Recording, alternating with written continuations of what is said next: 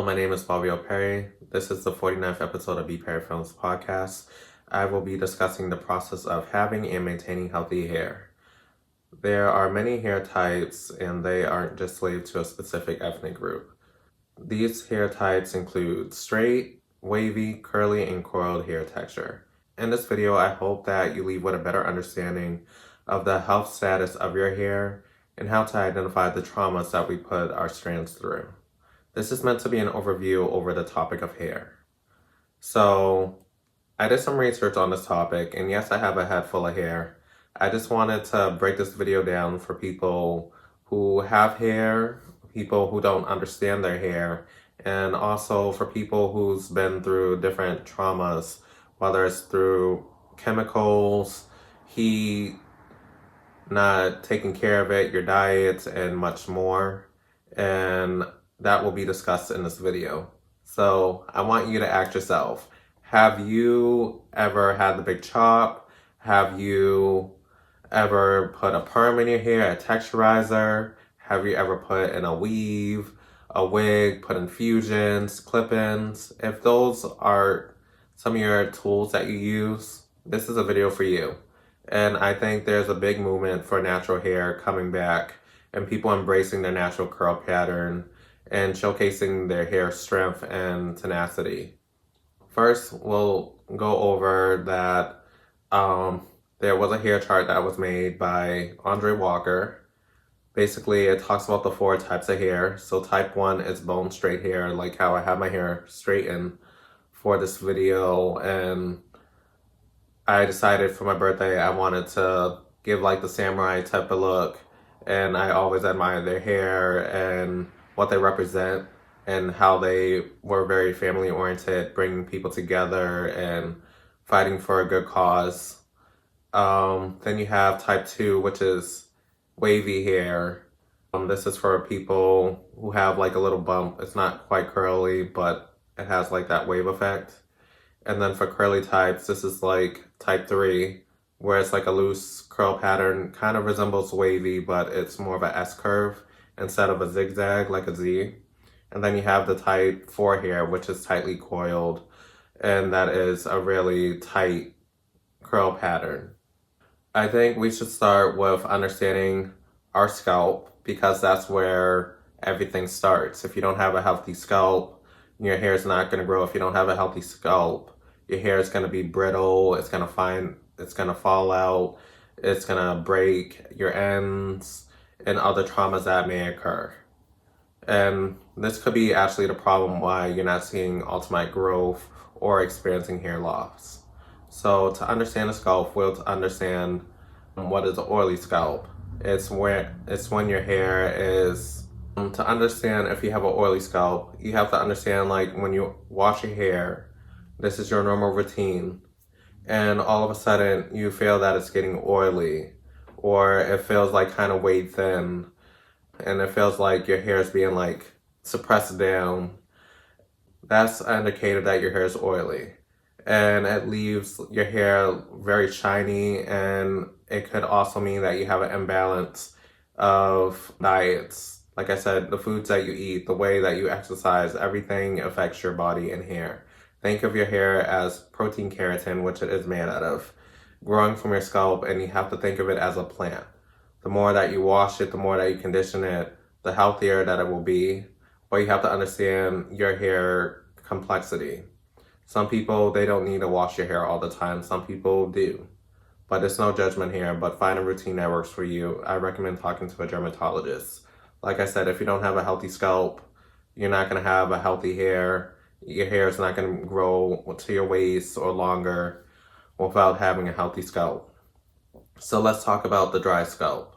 This is when your hair looks like the desert. It looks really dry and brittle, and it can cause sensitivity and cause dandruff. These sometimes they appear as white or a different color, and when you start going through your hair, you just see all these white things getting all over your clothes, all on the table, and it just looks and feels disgusting. This can cause an itchy sensation and tension to the scalp and the strands, and it can cause your hair to fall out. Yes, dandruff has a negative effect on people. A normal scalp would be, it doesn't have a whole buildup of oils and it doesn't have flaky or dry scalp. So like I said, treating your hair, understanding your hair, talking to a dermatologist, or even talking to your stylist who does your hair. And if you do it yourself, like I said, in this video, I'll break down some different tests that you can try to see if your hair is at a healthy level or if it needs some work. And it's not saying that your hair is bad or anything, but it's understanding that you need a healthy scalp to achieve this certain goal. Density. So when we talk about density, we're understanding like if your hair is really thin, or is it thick, or is it somewhere in between.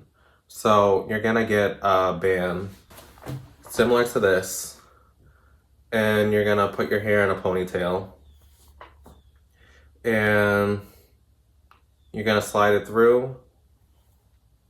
Well, you can demonstrate it on yourself, but you're gonna slide it through, make it go past a couple of times, maybe like 2 or 3 passes, just to make sure that your hair is like really nice and firm, and then slide it through. And then you're gonna get a ruler or some measuring tape, and you're gonna see if your hair has a dimension of 2 inches. And if it's less than that, your hair is thin. If it's 2 to 3 inches, it is medium. And if it's 4 inches thick around the circumference, your hair is really thick. This is best if you have your hair straightened, because when you have curly hair, your hair always looks really thick until you straighten it. Then it becomes, it looks thinner, of course, because the strands are being straightened. But that is a good way to figure out what is your density of hair. Next, I want to talk about the porosity of your hair. So there are multiple tests. I'm going to make a blog about this. I'm not going to go over all the different tests, but I'll go over 2 of them. This is just to see how much moisture is being absorbed in the strands, or if the product just sits on the strand. So the first test, I just want to point out some key factors real quick. So we'll start with, does your hair absorb water or moisture, or does it repel it? So you're going to be trying out these 5 tests, like I just said, to see if it's going to absorb the moisture, the chemicals, or any of the products that you use, or if it's just going to sit on here and just be like a hat, basically. Most of the time, coarse hair doesn't absorb water or moisture, but some hair could be poised and collect water and moisture so it doesn't come off dry. Sometimes when we try using chemicals like bleaching, coloring, texturizers, putting in pieces and stuff like that can change the imbalance of your hair and how it absorbs. Like I said, you have to treat your hair like a plant in order for it to grow. So the first test is the absorb test, the one that I was just mentioning. Basically, step 1, if your hair easily soaks up water easily, then you have high porosity hair. If your hair takes a long time to absorb, then you have low porosity hair. If your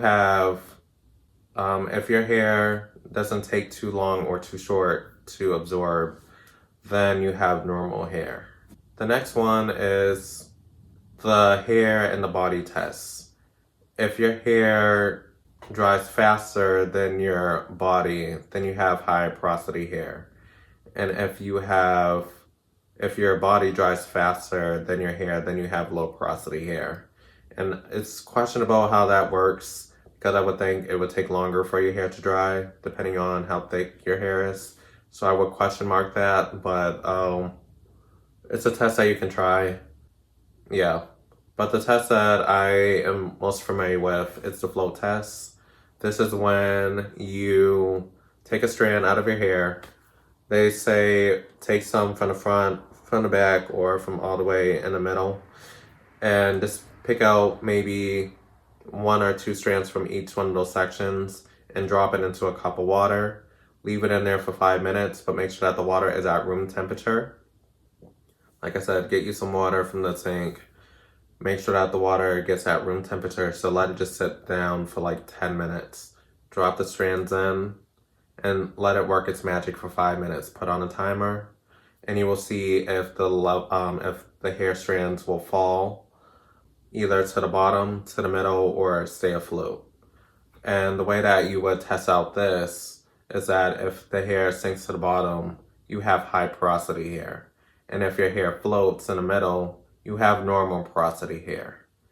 And if your hair floats at the top, you have low porosity hair. Like I said, none of these tests right here are to say that your hair is no good or is bad, but this is just letting you know how strong that your hair can maintain and keep at its stability. You want to make sure that your hair is able to take in moisture, take in product, because that's the only way that your hair can penetrate and get healthier and get its shine and a sheen.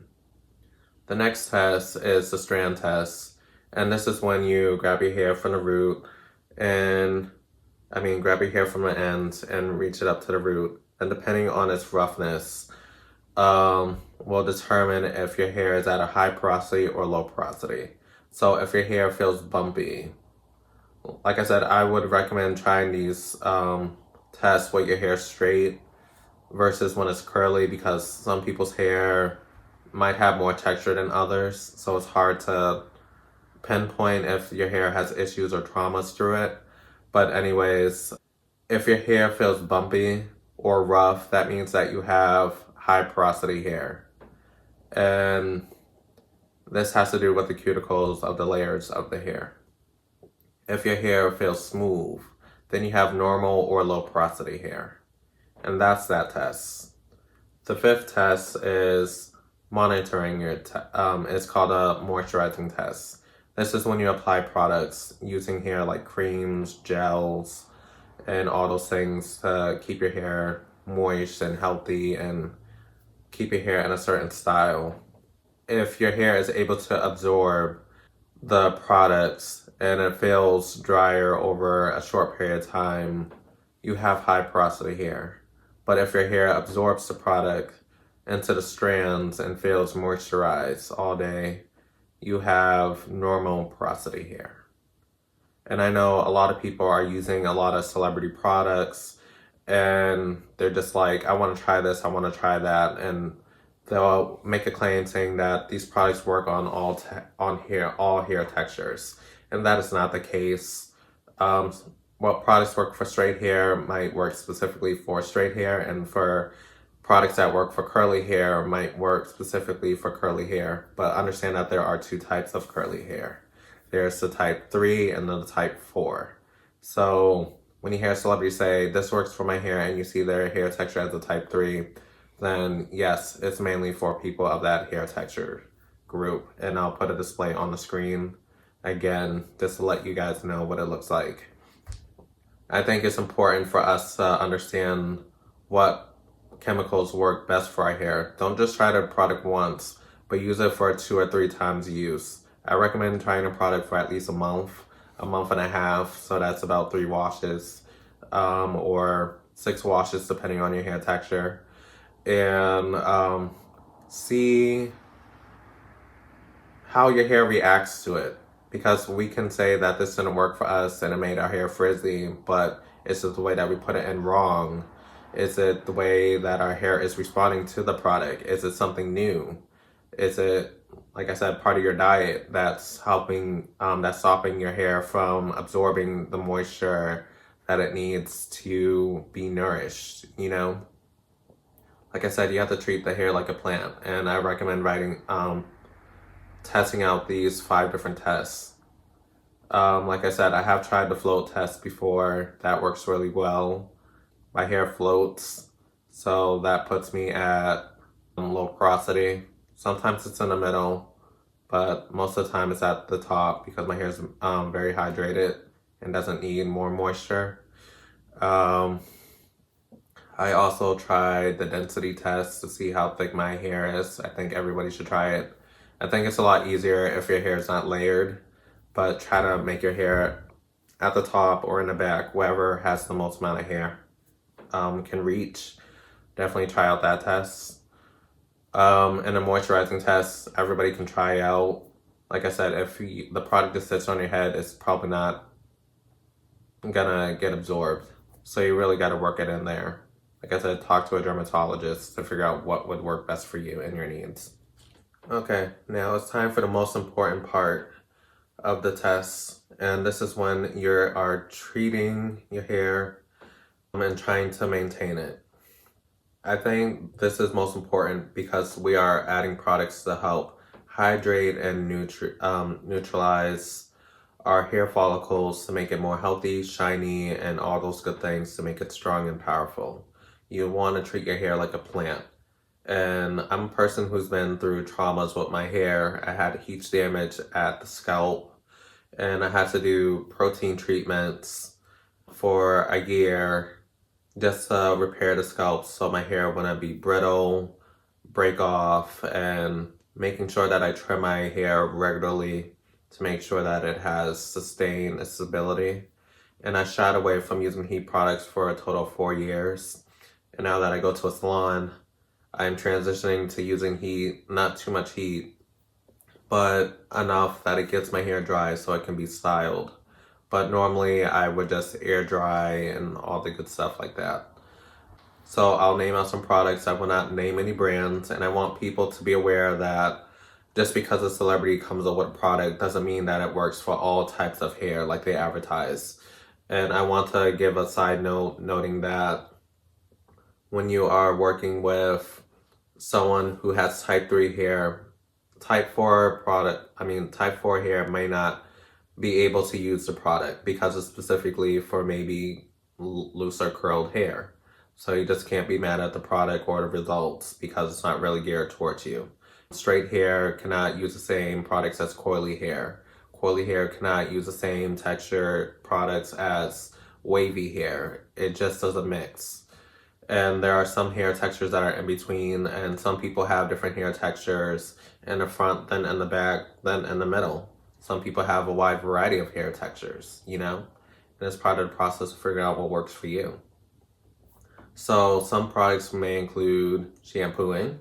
This is how you cleanse the scalp and making sure that the hair does not have any buildup of product, and make sure that the hair is nice and shiny and clean and gets rid of all those nasty oils that build up over time. And you should ask your dermatologist to see how often that you should shampoo your hair and wash it, because some people can go a couple weeks without having to wash their hair because their hair doesn't get that much oily. And then there's some people that have to do it every day because their hair has a lot of buildup and have a certain porosity hair type like I had mentioned before. Conditioners are made to ensure that the hair maintains its health, its strand stability, makes it softer and easier for you to manage when you're using styling products like heat tools, using combs, brushes. You want your hair to be able to just like go through it and glide through, run your fingers through, like easy. Then you have the leave-in conditioners, which helps to hydrate the hair strands, and this can be applied to dry hair or recently washed hair.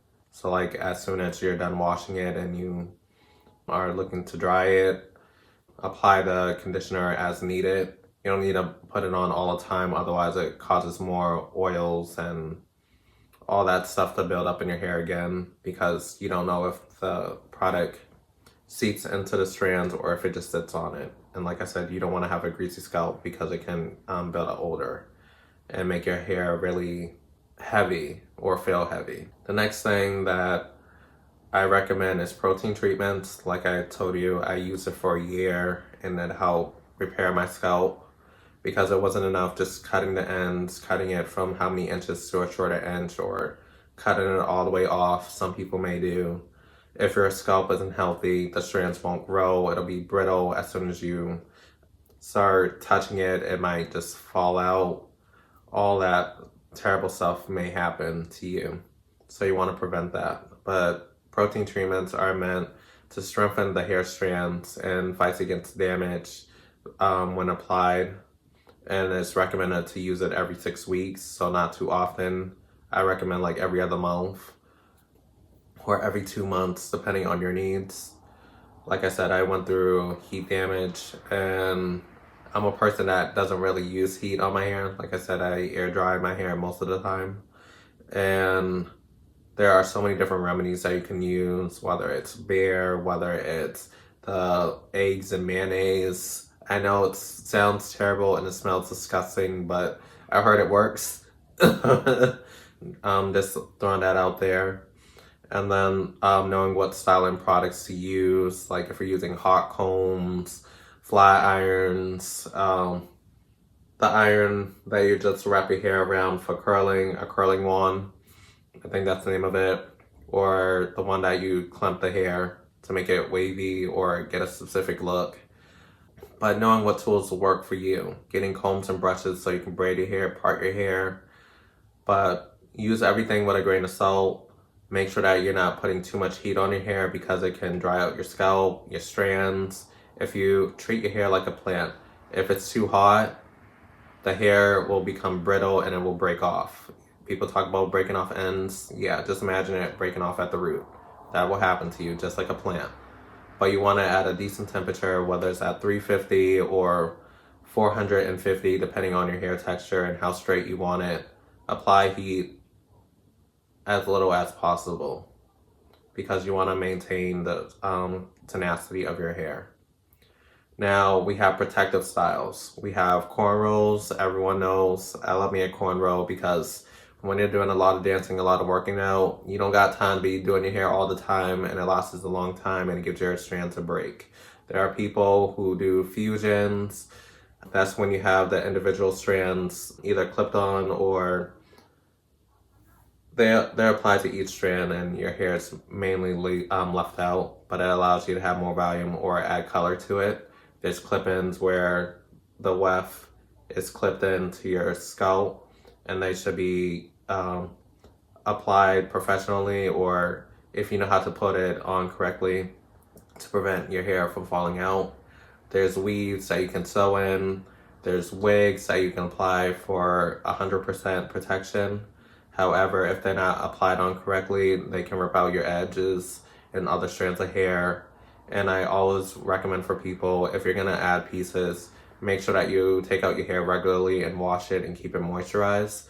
Otherwise, your hair will become unhealthy because your hair needs to breathe and it needs to have some oxygen and needs to be refreshed with water and other products to keep it strong and have its resilience. I wanted to create this video just to bring a conversation and discussion to the forefront on YouTube, because I know a lot of people who have locks, straight hair, curly hair, thin hair, thick hair, that want to have a safe space to have a discussion on how can they strengthen their hair and make it have a lot of body and for it to grow really long. But it's an open conversation that people can have. I know natural hair is a big movement right now, and I'm so proud of it. And I want people to feel encouraged to share their stories. So what traumas have you been through? What products are you using that really work for you? Share the space to have that discussion. There will be a blog that will be attached in the link below that will go into more detail on some of the discussions that we had. And I might host a webinar in the future with some hairstylists to talk about other hair stories or how to use protective styles, how to color treat your hair. You know, this could be an open discussion. Talking about hair is like an open-ended discussion that can go on for like hours and hours and video after video. And I just encourage you to strengthen your hair. You are the power. Respect your hair and its boundaries. And don't be afraid to test out products. When you're testing out products and tools, try it out for a couple of weeks to a couple of months, because the first try may not work for you, but after a couple washes and conditions, your hair might respond to it a little bit better. But beware of signs saying this works for all hair types. It doesn't. And I'll tell you that right now, it does not. They are meant for specific hair types, but people want to feel inclusive, but hair does discriminate on its own. But I want you guys to follow me on this new YouTube channel, the BPerryFilms Experience. Follow me on Instagram and TikTok at BPerryFilms. And I am very active on LinkedIn. So feel free to reach me out on there and give me a connect. And thank you for watching this video. This was very fun talking about this topic. Like I said, I got inspired by so many people asking me about mine, and people asking about people getting dreads and straightening their hair and testing out different products. And it's an open conversation, like I said. So thank you for watching, and I hope you enjoyed this video. Thank you.